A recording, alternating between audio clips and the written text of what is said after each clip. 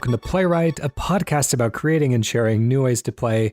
My name is Ryan Hamann. You can call me H. And I'm Ryan Quintal. You can call me Q. So are you still going through the rounds in Animal Crossing? I know that you were getting a little frustrated last week. Peeking potentially at my play history here, H? Have I been outed? I haven't looked at play history, although I think your island is open to me if I ever want to go visit. I don't remember if you have to be there since we're best friends. We are best friends. Or whether I can just wander on in. Number one, that's very sweet. I do consider you a best friend. You're there. Number two, yeah, I think so. So I've given it a couple additional goes because I know the people who love it really treat it almost, or seem to treat it almost like a meditation, where they just kind of, I'm going to log in and I'm just going to do 15, 20, maybe 30 minutes in a day. And so I've never really taken the time to treat Animal Crossing like that. So I've attempted to do that. I do think, like, I don't love the debt feeling. Like the debt, even though it's completely meaningless, really hangs over me in that game. And I think I still struggle a little bit with I don't know if the pacing is the right word, but it is a game that wants you to take your time. And so it feels almost like it doesn't understand why you would want to hurry through something. Like every fossil has to be a conversation with this stupid owl. Like, and so you could turn in 4 at once. Yeah, that's true. That is true. So that's the gift. But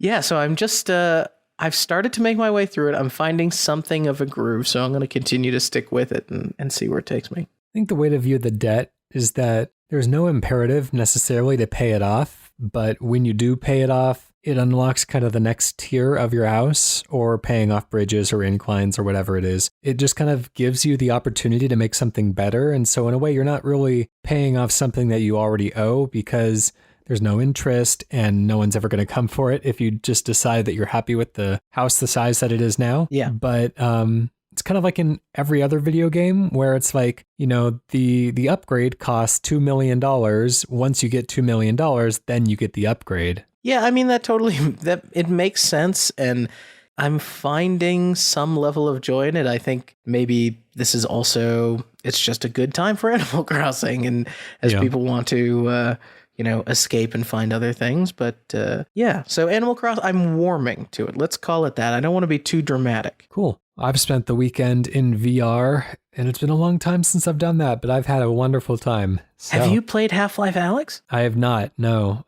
I played quite a bit of Hellblade: Senua's Sacrifice in VR, which is pretty amazing. Yeah. It's kind of like, it's very cool in VR, and of course, the 3D audio and everything that goes along with that, just the sense of place and of being there. But the harsh graphical downgrade is very noticeable, and the save doesn't carry between the 2D and VR versions. Oh, and so no. It's just like, you have to make a choice at the beginning whether you want the top tier graphics or whether you want the game to play in VR. And it's kind of unfortunate to have to make that decision, but overall, still a very good game. One day in the future, you will not have to choose, my son. Hopefully. But I've been playing quite a bit of Beat Saber. I went back to the Climb a little bit, an Oculus game, which is fantastic. I finished off Trover Saves the Universe, and just been having a wonderful time in VR. That's cool. Yeah, I've got this Rift S hanging around, so I could dive in at any moment, but I think Alyx might be the next thing that I give a shot to. It is a scary game, if that's all right with you, just to be warned ahead of time. Yeah, I'm all about the spooky. All right. Well, let's get into our games for the day. I believe that I'm going first today. Today, I'll be pitching essentially, and again, this is really kind of like tired territory for us at this point, but I'm going to call it a battle royale just kind of in name. I don't know if it really, like, it's really just like two big teams against each other. It's not a every man for himself type thing, but I just kind of want to communicate the scale of it. But basically like a Nidhogg royale in a way. 2 teams of 50 or 2 teams of however many are viable. Basically try to clear the way to rush the opponent's side of the field field. And traditionally Nidhogg, I guess we should explain, is a one-on-one fencing game in a way where each player on a 2D plane pushes towards the opposite side of the screen.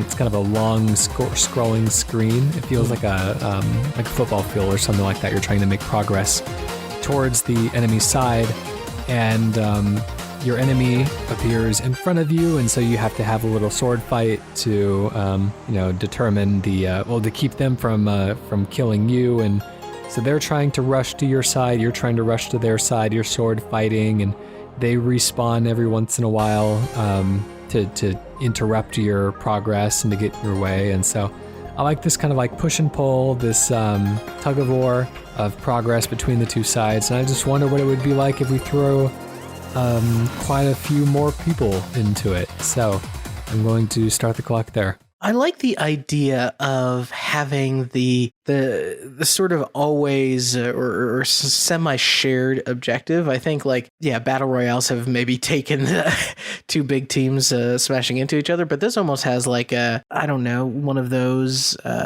sort of fantasy epic battle feelings to it, where there's like a bunch of people rushing at a thing at a time. I could see the Lord of the Rings scene in my mind. You could even potentially, each player character could be as diverse as like a member of the Smash Bros crowd or a League of Legends character, where they have like really interesting and unique things that each of them can do. And so as you're kind of choosing, which platforms to utilize to try to get around certain fighters that you don't think you can take, or towards fighters that your fighter might have a better chance of dealing with.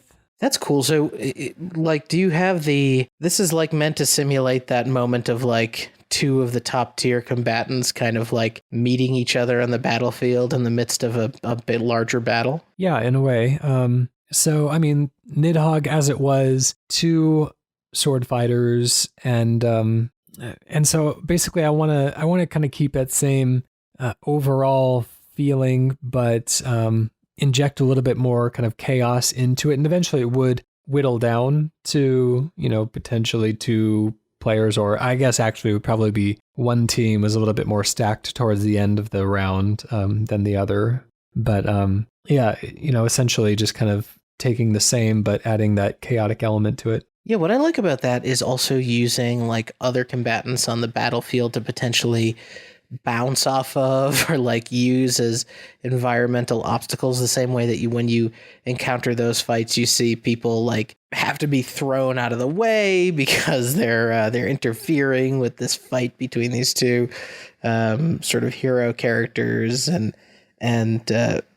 if you have enough people on the field, like if you make this maybe you go kind of Star Wars Battlefront style and you have to like become a hero in a way. So now you're in a situation where like a game that I really enjoy that actually just recently came out on Switch, even though it's kind of an older game, is called Hidden in Plain Sight. Do you know it? No, the name sounds familiar, so refresh my memory. Yeah, so it is essentially in Hidden in Plain Sight. Most of the mini games revolve around the concept of you not quite knowing who you are on screen. And so both you are trying to figure it out, and there's usually a player in the party that's taking on the role of like has to take an action, like identify and shoot the person who is hidden in plain sight or whatever. So it's a social engineered sort of identification game, but then there's also mini games where you sort of run around and everybody looks the exact same, and you're trying to figure out, okay, which one of these people am I? And then once you get your bearings, you have to like touch some statues or something. There's like a little sub objective or whatever. So I like the idea of like potentially having many people that look alike. So you have this, you can get the other person lost in your vision. And you're like, oh, I thought I was tracking them, but it seems like I'm not 100% certain which one of these people is my enemy. So it sounds like we're kind of taking in the direction of kind of like a MOBA where there's heroes and minions in a way. I don't remember the term for it. Is that right? I think it might be creeps. Creeps. Okay, yeah. You know that space better than I do. I guess I was originally kind of envisioning it more kind of like a 8-player Smash type of round where everyone is, has equal claim to the throne. I don't know if I would want to be one of the smaller supporting characters hoping that my team's hero was, up to the task. Yeah, totally. It feels like putting a lot of pressure on certain number of people and giving everyone else kind of a less interesting experience, but this could be a way to turn it into back into a 2-player game while still kind of maintaining that larger scale without requiring the online connection. Okay. I'm just trying to think through the smaller experience for a second.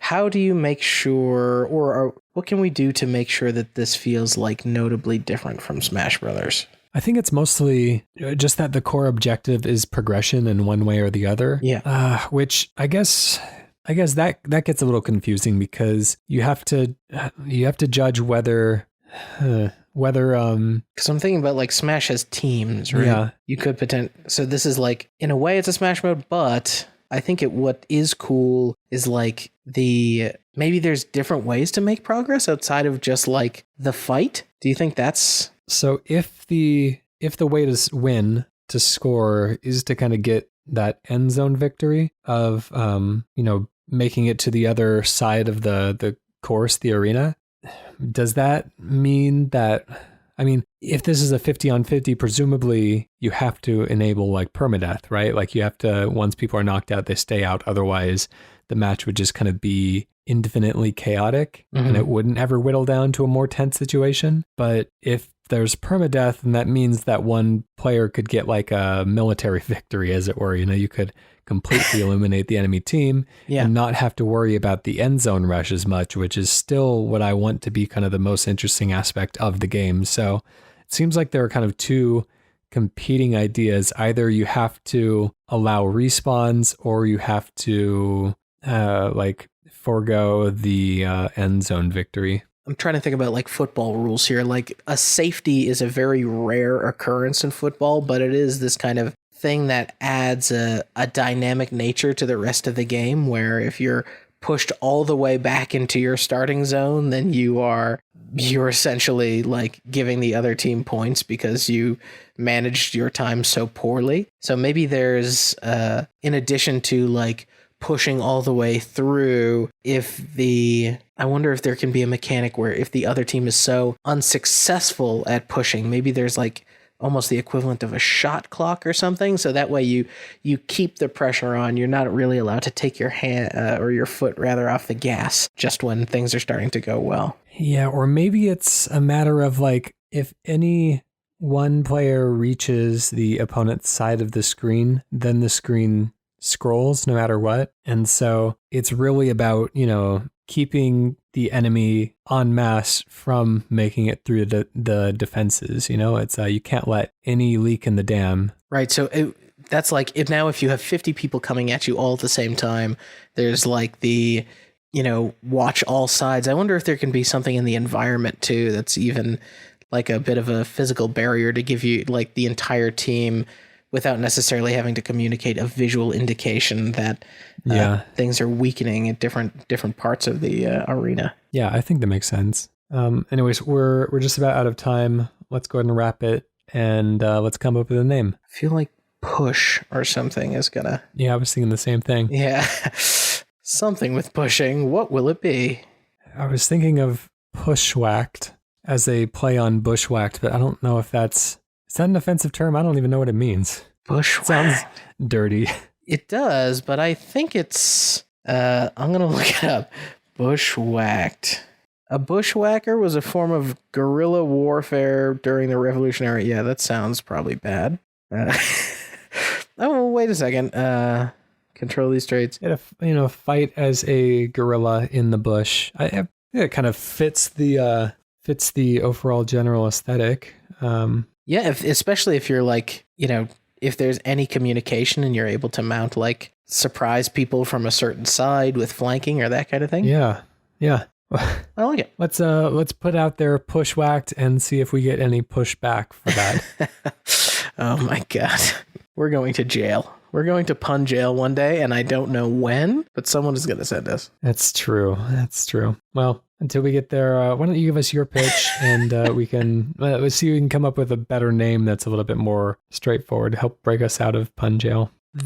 I've been thinking a lot about VR with Half-Life Alyx and stuff in the pipe, and I started thinking about also some other game that recently released in VR from a series that I've enjoyed on mobile, which is a game called The Room, or just Room. It's kind of one of these games where you're playing around and sort of expanding or tapping into secrets of a giant or not even necessarily giant, usually a small, actually, puzzle box. And then I started thinking about the scale of a God of War game, and not the new God of War, although that has great scale in it, but rather the sort of old God of War where there, or even as an Ocarina of Time, where there's many sort of set pieces where your character almost becomes microscopically small in order to show the sort of size and magnitude of what's going on in an environment. And so I kind of love, we've definitely played with micro and macro stuff on the show in the past. So I like the idea of a micro and macro experience of you go down micro and it's a character action game where you're defeating rooms of enemies or platforms and places of enemies, unlocking keys and tools, and then potentially you can zoom out, and in VR, you could have sort of almost like a God view where you can use the tools that the sort of micro character unlocked in order to open up new pieces of the box. And so you have this kind of toy world that is ever expanding because of what the micro character is able to do and unlock for the macro character. All right, very cool. Let's start the clock there. I feel like one of the reference points that we've used before, and I don't remember whether this has directly come up in one of our pitches before, how close this treads to something that we've done, but there's been a couple of JRPGs that allow you to enter your weapon as if it were a dungeon to enhance the weapon, which I always thought was kind of cool. I know it's kind of a Disgaea thing that series has done for a while. And then even within the weapon, you can find items and then enter those items from there, kind of go into layers and layers upon these of these little kind of dungeons that help you enhance your equipment. Cool. So yeah, I think there's cool ways to incorporate the scale of both kind of micro, macro, stuff like that. Yeah, I was just thinking in my head, like the set pieces, and this doesn't have to be set in this universe, right? But some of the set pieces in God of War where Kratos is maybe just turning a big crank or something, and you're seeing like the entire world rotate around what Kratos is doing. And so I was like, well, that's always a cool feeling, to feel like a small character is manipulating a very large, and then kind of expanding that out and saying, okay, well, what you're able to do now is go, and now that world is sort of moved, be able to sort of tap out or something into VR view. And you can imagine like VR is kind of interesting, or at least in the Rift. I'm not sure how the Vive and others are set up, but you kind of have a very traditional controller, couple buttons, couple joysticks. That would work fine for a character action game in many ways. And then you sort of pull out, and then the same controls are mapped to, your two virtual god hands that can grip pieces of the world and sort of move them around. Maybe you even have combat scenarios where you're required to move around pieces of the earth in order to expose things like healing or weak points or something on enemies. Yeah. So you brought up originally the Room games, which actually, kind of funny enough, just this last couple weeks or so, a VR game based on the Room series came out.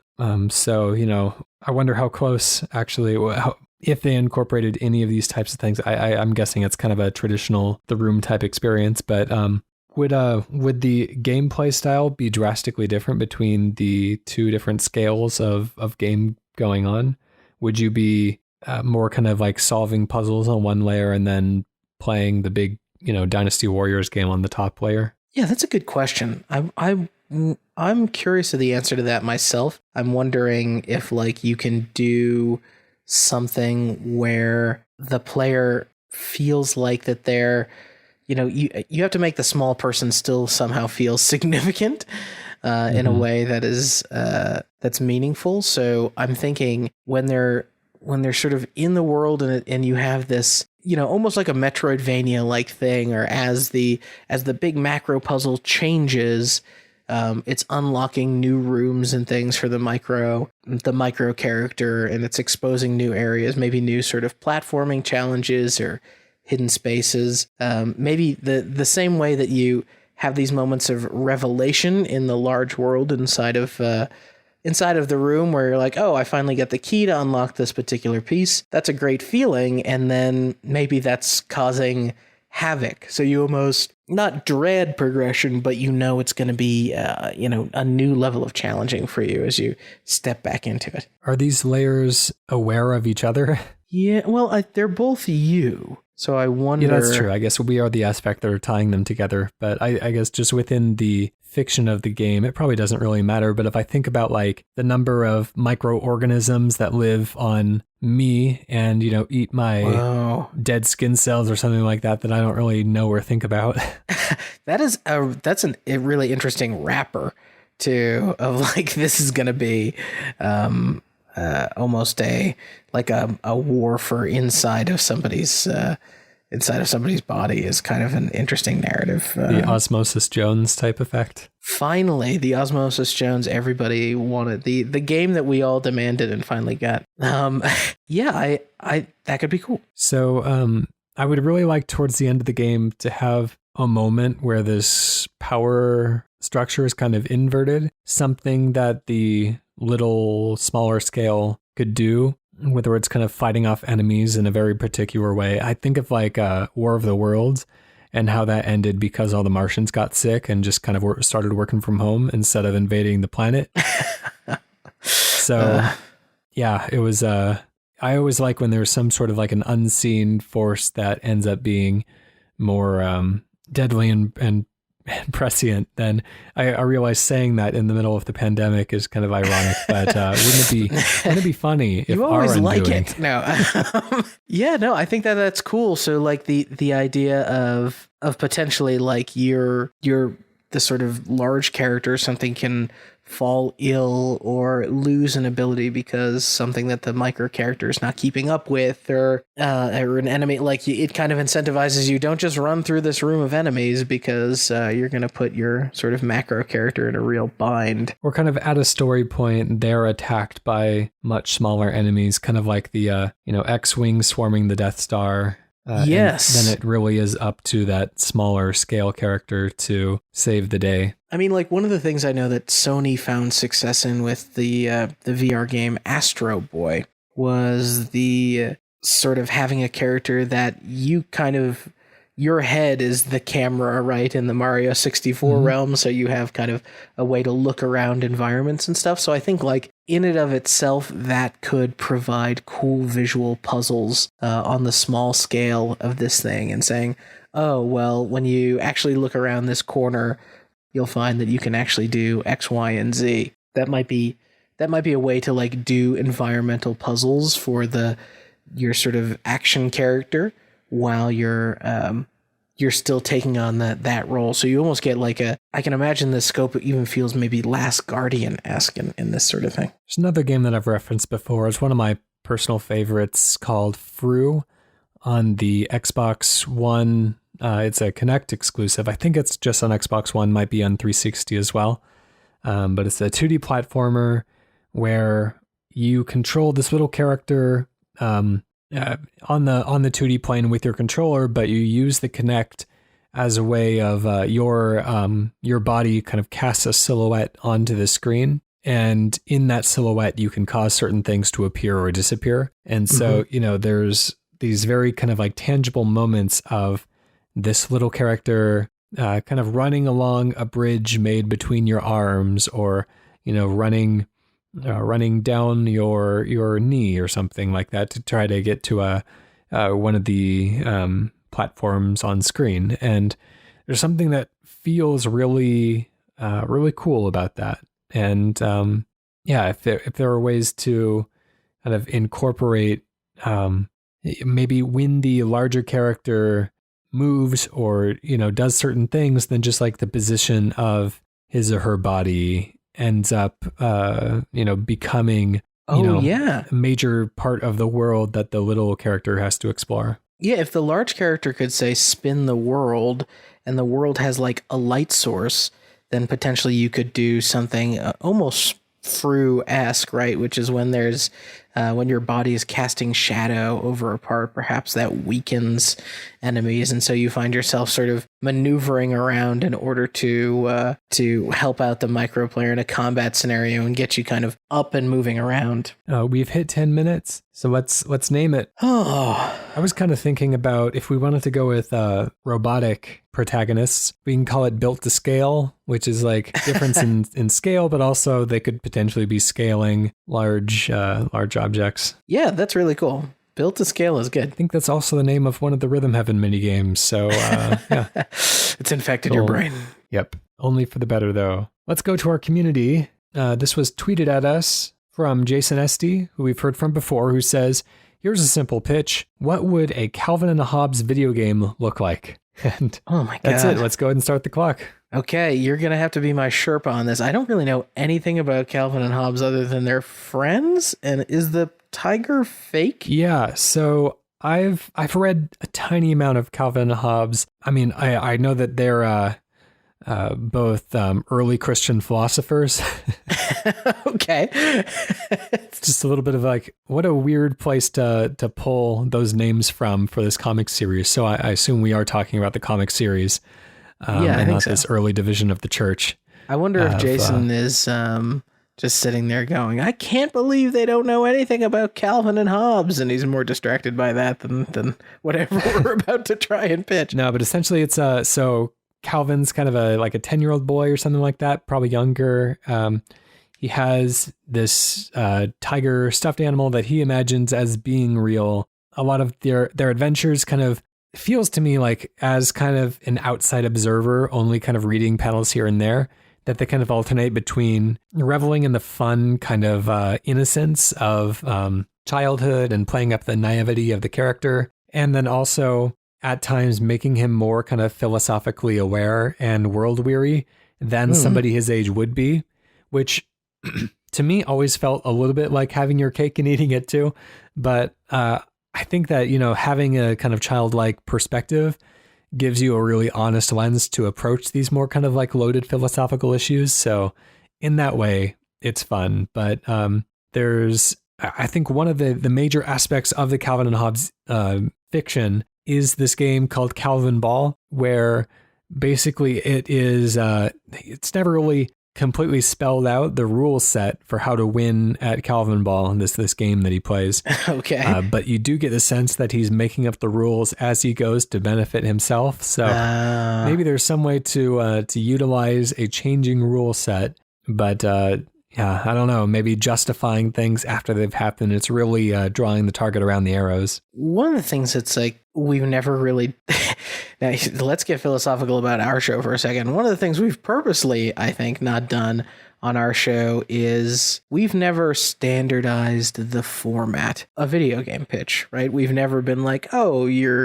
first you're going to come in and talk about the story, then you're going to talk about the genre, then this, then that. And I wonder, as a thought experiment, I also wonder, like, is that possible? But then secondly, that is like something I feel tempted to want to try here. Like, is there like, okay, the philosophy, right, is a tenet of this thing. Do we want to pick kind of a genre that we think that slides into? I mean, I'm starting to think like adventure game. I'm thinking about the sometimes maligned title of walking simulator here. Yeah, I think that Calvin and Hobbes would fit nicely into either of those. I mean, I feel like realistically, if a Calvin and Hobbes game were to be made, it would probably be a kart racer because a lot of these types of games, a lot of these kind of properties that are licensed out tend to go that direction. Yeah. But it kind of reminds me of before Telltale kind of hit the big time with The Walking Dead. They did a lot of kind of adaptations of comics, especially of Sam and Max and the Bone series of point and click adventures in their kind of cinematic style. And so, I could see them really doing well with the Calvin and Hobbes IP. Not that they even exist anymore, so it's kind of a useless discussion. But early 2000s, or I guess early 2010s, Telltale would be great for that. I kind of love the idea of using the Calvin ball potentially to be, imagine like an open world game where you can go around playing this game with folks, and that is how you get them to sort of tell you their troubles or tell you their thoughts and their feelings, and maybe you just go around doing really like generous favors for people based on the things that they tell you that like they're experiencing or that they could use in their life, and it almost becomes an exercise in kindness, which should be slightly refreshing these days for people to play. What if there's kind of I mean, one of the interesting things about the Calvin and Hobbes comic, as we touched on before, is that Hobbes is imaginary. He's just a stuffed animal. Everyone else sees him as such. I wonder if there's anything interesting that can be done with that, where it could be kind of a co-op type of game. Think of like summoning in a Dark Souls, but the other player is imaginary for what it's worth. Like they don't, like if certain other characters see them or come into, like they can't interact with others. They, for all intents and purposes, become a stuffed animal again.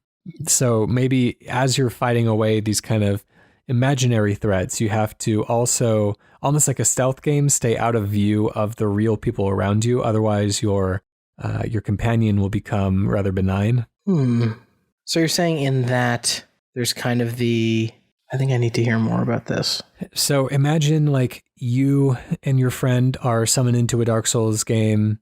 And so, your friend is helping you defeat the enemies. But if any NPCs, if he enters the sight line of any NPCs, then, he goes kind of limp like a rag doll. Okay. So you're like, it's a stealth game of sorts, but with, I think, rather hilarious consequences just to catch somebody's sight line and have the person go totally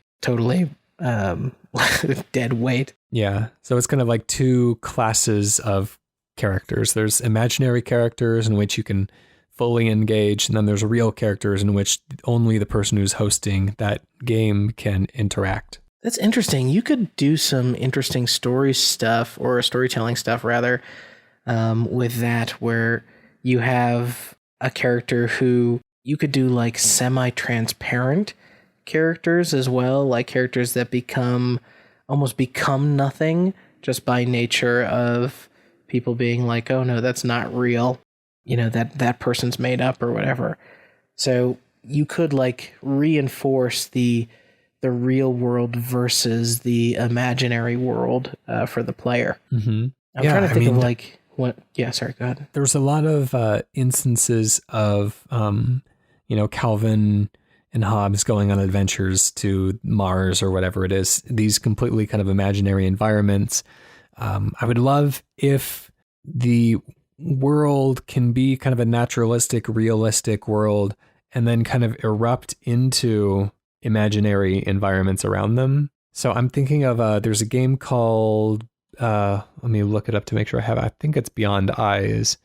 I think that's the name of it. Oh, yes. Yeah. I think I know what Beyond Eyes, where you play as a blind girl. She's walking around kind of a white void. And then as she comes into the vicinity of other things, she can hear and kind of perceive using non-visual senses. Then it kind of erupts into this watercolor type of beautiful painting of the world around her. So, maybe it could be a similar type thing. I'd even love to carry over this watercolor aesthetic where you're in kind of a traditional, kind of simple, middle America town. And then as you go places, it turns into this Martian landscape, or it turns into, a battlefield or whatever it is that you're imagining. And so you really do get the sense that this kid's kind of going on a almost like a Rugrats type of adventure. That's cool. And then now you can kind of open up spaces and have let objects transform in place where something goes from a totally mundane thing. I think of like the sort of tone and charm of the game featuring the little boy from the Life is Strange folks. The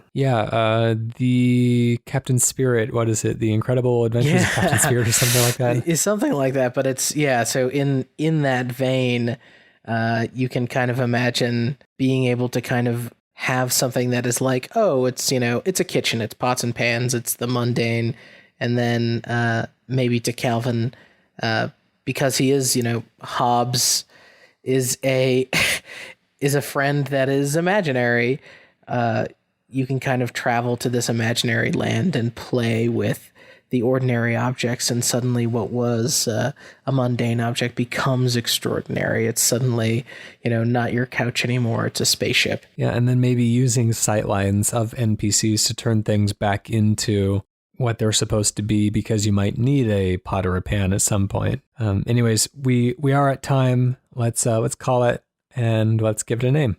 Seems like we got to do Calvin and Hobbes in there somewhere. Calvin and Hobbes. I was thinking of the game A Boy and His Blob, if we were to just call it A Boy and His Hobbe. A Boy and His Hobbe? Oh, no. Hobbes isn't a pluralized term already, but still kind of cute. It works. It definitely works. Is there a little extra ounce to milk out of it? Is there like a Calvin and his Hobbe, or a cow and his Hobbe or something? Maybe it's perfect. I do like when this is one of the tacks that non-video game IPs take when they enter the video game space, is that they choose a title that's like a very clear parody of an existing video game, and it's just like their way of saying like, hey, don't worry, we know video games too. Right. I always just felt like it's kind of like cute and endearing. Like A Boy and His Blob. Right. Okay. Yeah. Calvin and Hobbes, thank you very much, Jason Estey, for tweeting that one in. If you would like to tweet us a game idea, you can do so by tweeting at PlaywrightCast. You can also go to our website, playwrightcast.com/pitch, or you can email us, playwrightcast@gmail.com. Special thank you to PROTODOME for the use of our theme song, Hello World, off the album Blue Noise. And go check out the other shows on the Cane and Rinse Network, like The Sausage Factory, Sound of Play, and Cane and Rinse, the titular Cane and Rinse. And it's my turn to come up with a miniature pitch of the day. Can you do it? Yeah, how about, since we are kind of still in this Animal Crossing high, well, you're not, but everyone else is. I'm taking a hit. I'm taking a hit here and there. All right. What if you played the other side of the museum curation, and you have to actually like place all of the fish and bugs, make sure they don't eat each other, feed them, take care of them, change out the water and stuff. Now it sounds like you're pitching my kind of Animal Crossing spinoff. All right. Well, that's it for today. We'll see you next week. Bye.